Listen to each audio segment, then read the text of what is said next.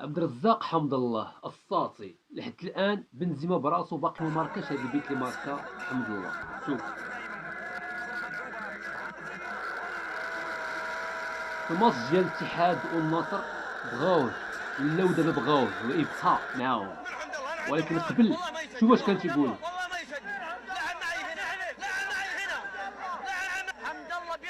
راه عيب وعار هاد الناس هادو مكلخين سواعده حاذقين في الفلوس، يجيبوا بنادم الفلوس البني الفلوس. حمد الله لعاب كبير بزاف وما يعرفوش ليه، ولاو دابا تيقولوا حمد الله تنتأسفوا ليك وسمح لينا، خاصو يبقى هو العميد ديال الفرق وبنزيما يمشي برا، ولكن قبل كانوا تيقولوا حمد الله يمشي بحاله. لاعب يدرك ما معنى شعار اش هاد الشيء هذا؟